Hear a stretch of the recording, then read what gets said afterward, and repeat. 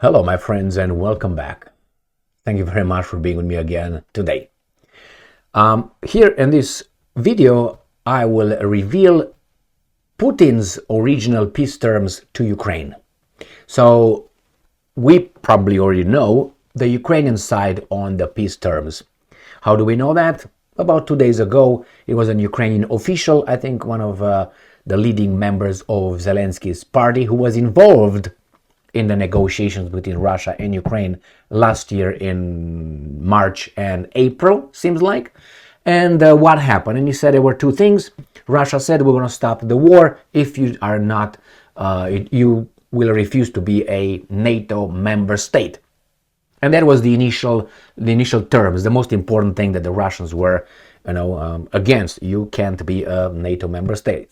They told the Americans and NATO before they invaded, and they said, give us legal binding documents saying that you will not do that, and we feel threatened and so on. That ended in January 2022.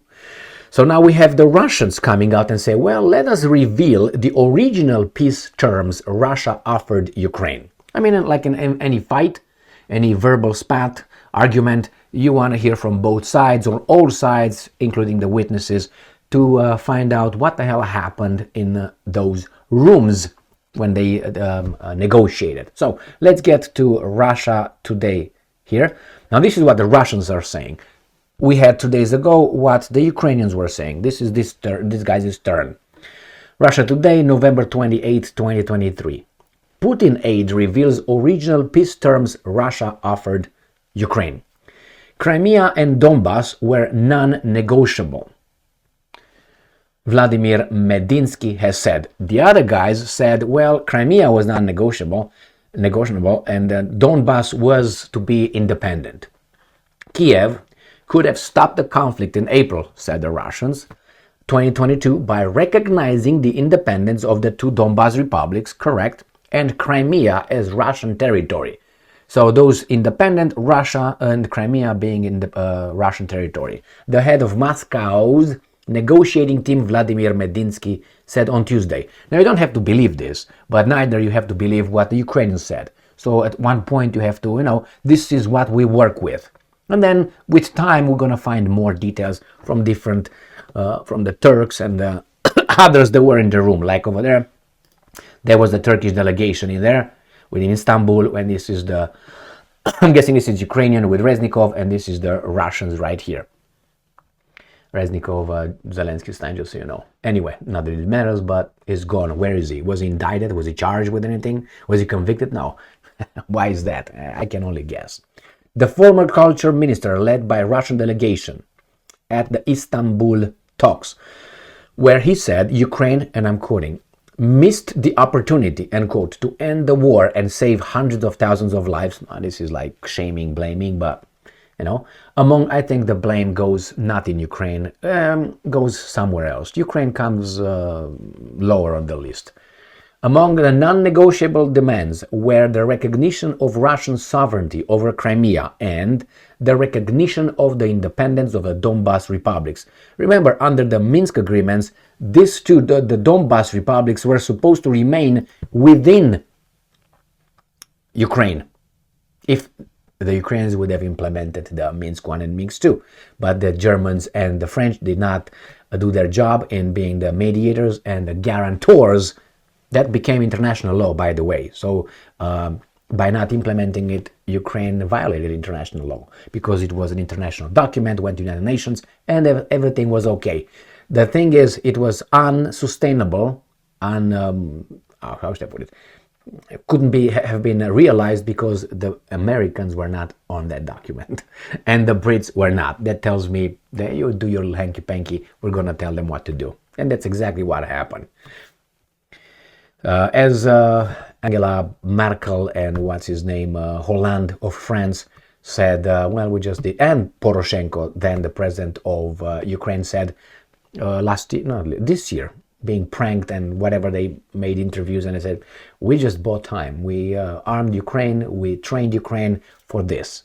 We just bought them time. So they actually negotiated and they signed those documents in bad faith. Never trust those countries again. Never.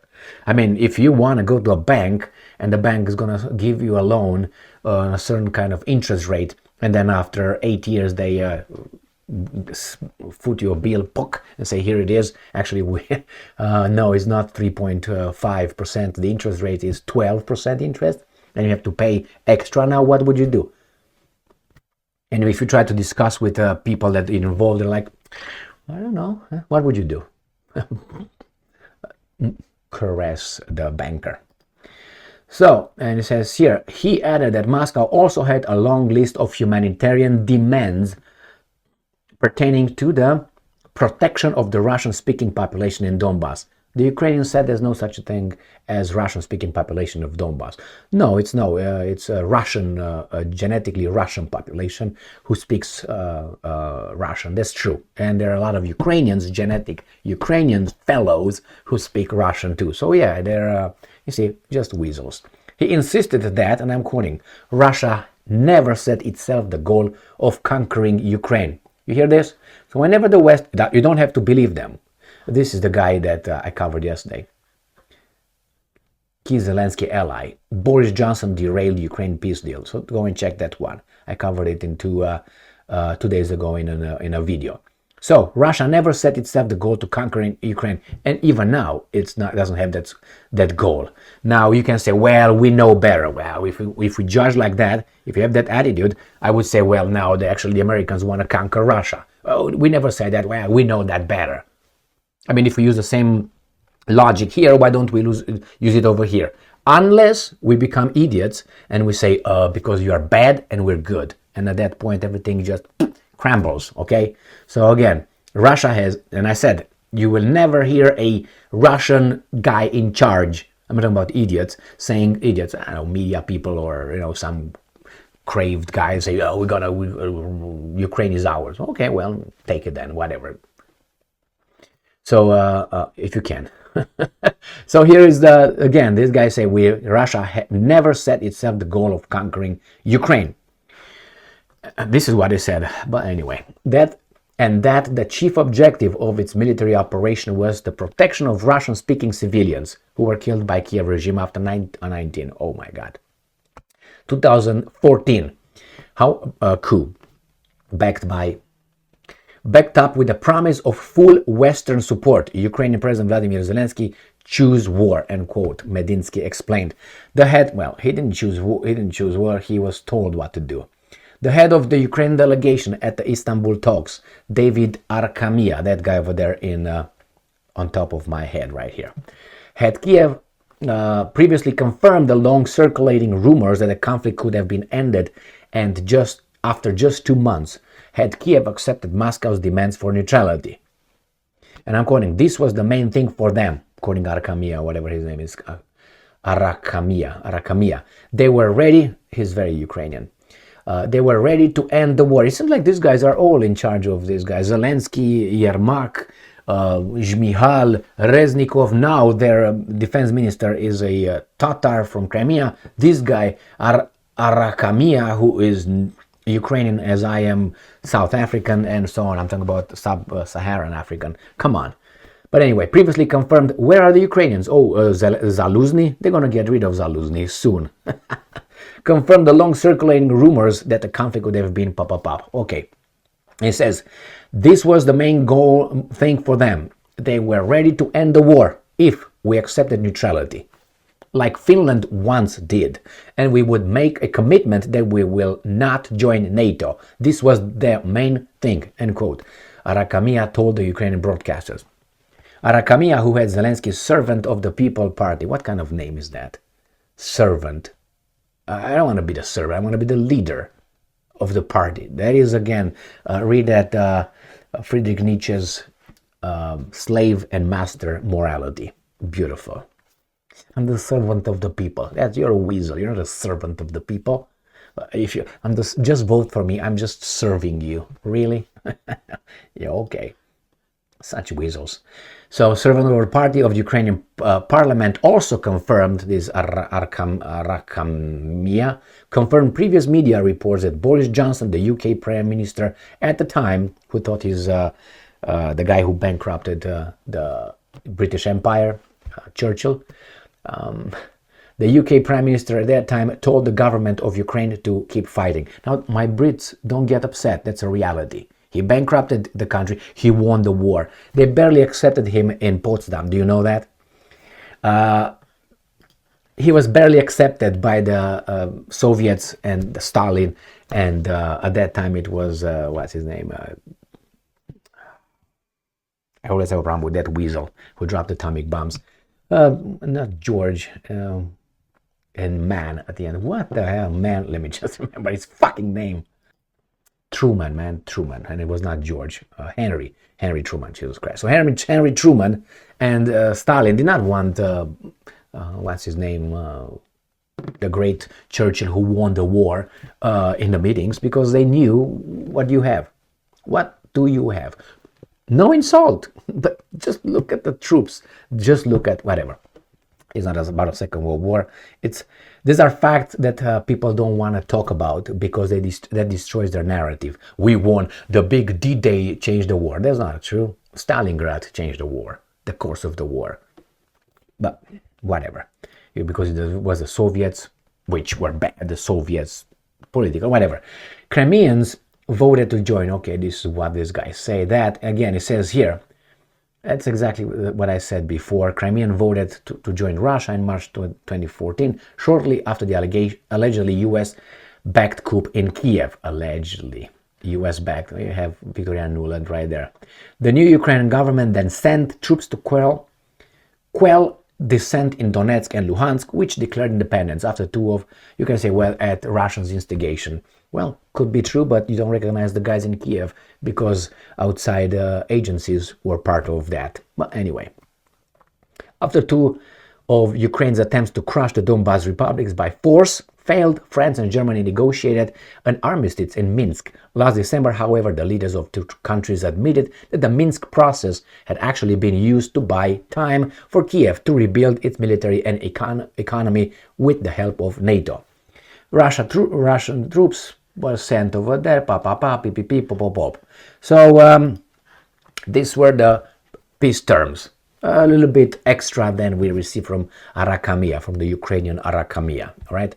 So should the Ukrainians have accepted that? It seems like the Russians, and I'm just, that's just my assessment. I think the Russians, and I saw that in the war, economic war and military war towards the West, or NATO, or whatever you want, Al Capone, they don't go full. They go a little bit, one step.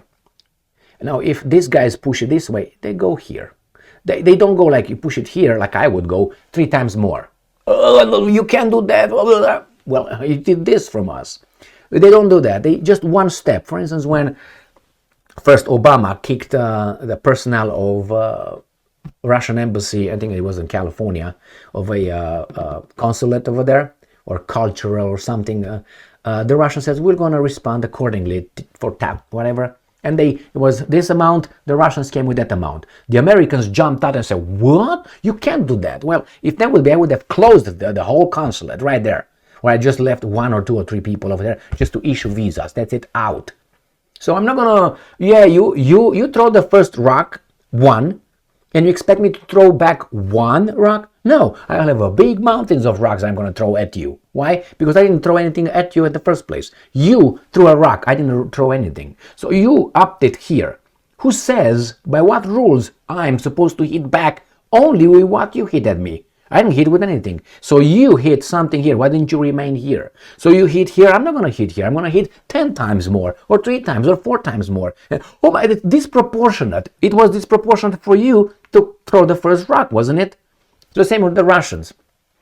When they said over there, well, we just wanted, they upped it from the Donbas remaining in the autonomous within the territory and the country of Ukraine. From that, they upped it 1 notch. I said, these things will be independent. They didn't say, no, we're going to take over all Ukraine. That would be like 10 times. But they didn't go that way. They just got 1. So from the very beginning, they didn't say anything. Then it was the guys in Kiev overthrew a legitimate government, democratically elected, Victor Yanukovych. So they upped it. Now the guys in Donbass, as you know, we don't recognize you. It was done with foreign agencies. So we're going to be independent. Boom. Oh, you can't do that. We're going to send troops over there and you up. Boom. This guy, okay, we're going to defend ourselves. Boom, boom, boom, boom, boom. And then after that, what happened? Minsk 1 and Minsk 2. That meant that these guys, they upped it one notch. They said, okay, one notch to whatever happened because you can't beat us. So we're going to have an armistice. We're going to be from being nothing, and then they said we're going to be independent because of you. Nothing, being within Ukraine from the first rock that was the overthrowing of the government. You know, we're going to be independent. Screw you. They said, okay, no, we're going to be within Ukraine. So dropped it. We're going to be within, not independent. We're going to be autonomous region within Ukraine. These guys did not implement Minsk 1 and Minsk 2, and then the Russians came with one notch. No, now there's not going to be within Ukraine, they're going to be independent. Instead of saying, no, we're going to take all Ukraine right now. And by the way, half of Poland. Whoa, whoa, whoa, whoa. That's how you're doing business. You don't go and say, hey, what do you want for this? How much would you offer me for this? I want them for free, $1. You don't say, oh, it's $3,000. I'm just $3,000. How much you want for them? $3,000. No, I give you $1. Oh my God, how can you ask for $1? How can you ask for 3,000? So you see, just go down or go very high. Why? So you have room to go back. But the Russians were like, whatever. And look what happened. With that little thing, these guys afforded to send military weapons and money. So again, little by little, little by little, little by little. If you look now where they started in February 24th, 2022, where they are right now with munitions, with ammunition, with weapons, with logistics, with economic help, with political help, is from here to here. From here to here, that's 1,000 steps. Now, if NATO, the Western sponsors, would have said from the very beginning, we're going to start from here, we're going to end right here, 11 rounds of sanctions, kick you out of SWIFT, we're going to give them everything we got, airplanes now, tanks, HIMARS, Patriot systems. We're going to have special troops over there just to make sure everything is okay, and so on. If they would have said it from the very beginning, the Russian would have jumped right here maybe with, just do it. Just do it, I dare you. I triple dare you. But no. So little by little they got here, where at the beginning they wouldn't have gotten over there. Garbage.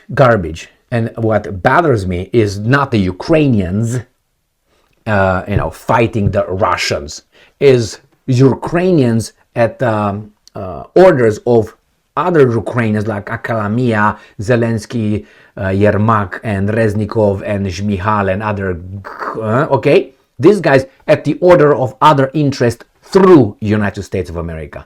That's what bothers me. And people die, lives are destroyed, countries are eradicated, our culture destroyed. For what? For some nameless, faceless interest right there. Not United States. United States is just used by those interests. That's all. And people die. Do you think those guys care? They look at the stock market. They look at investments. They look at the billions, how they go. Where can they invest? That's how they... We are just like a matrix. We provide energy for them to get profits. That's what we are. By working, we produce things. We pay taxes for them to use. To do what?